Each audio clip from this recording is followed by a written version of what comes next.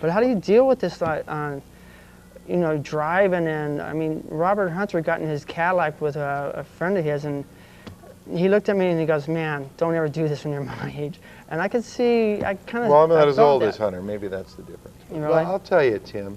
I started out being a musician 30 years ago.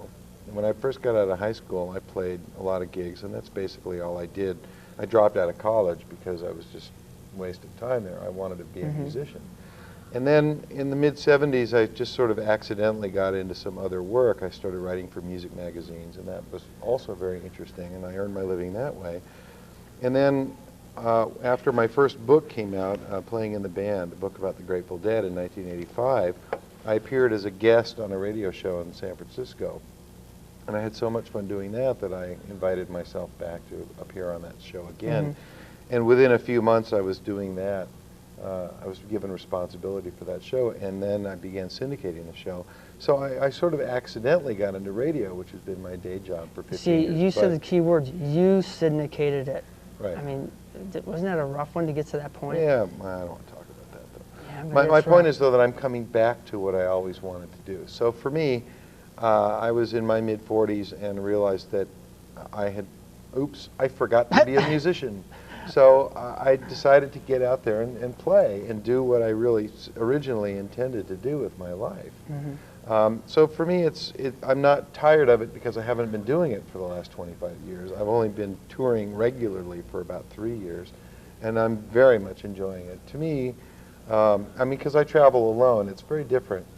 You know, I rent a car and then drive around a big circle from gig to gig, and it's really enjoyable, and I see a lot of friends and hang out with people, and I get to do a lot of listening to music on the road and meditating. I do some songwriting on the road. So you do that? You got time for that and all that? Oh, sure. Wow. Well, I mean, you know, you're going 300 miles between gigs. You got plenty of time on the highway. I have a little electronic notebook. You know, I push a button and I dictate some thoughts or a melody into it. So I do some composing on the road, and it's thoroughly enjoyable. I miss my wife. You know, I have a home life. A lot of the musicians who do this start out earlier in life don't have the same kind of, you know, stable home life that I have. And that's a little bit of conflict in my life right now, because I miss my wife. You miss your wife a lot, but at the same time, it feels kind of good to have you both get that little break, that space between you two. Well, you'll have because to ask it's her more how she rewarding feels about it. when she sees this tape. I say because it's a love. You guys are in love. There's no doubt. Absolutely. When you guys see her, when you see her again, it's gonna be like it was a lot of fun. But I really miss you, and that's the beauty of it. You want to tell us a little bit about the CD you got here? We might get a little zap shot. There it is. Thank you. The CD is called Solo Acoustic, and it was all but one track were recorded live from the last couple of years of gigs. I record almost every show, and I went through and picked out my favorite performances of many of my favorite songs. And I had a couple of friends. There's a couple of guys who are sort of serious collectors of my shows, and I asked for their opinions as well. And put together a CD that came out March this year of solo performances. With mostly original material. There's a few covers in there, a few Dead songs, and a couple of, there's a Graham Parsons tune on there, Return of the Grievous Angel, and a Gillian Welch song, Tear My Still House Down. Sweet. I heard something, I think it was on VH1, not that I watch it all the time, but I like to hear the legends parts of them and stuff like that, because I'm really into where they're at now and everything.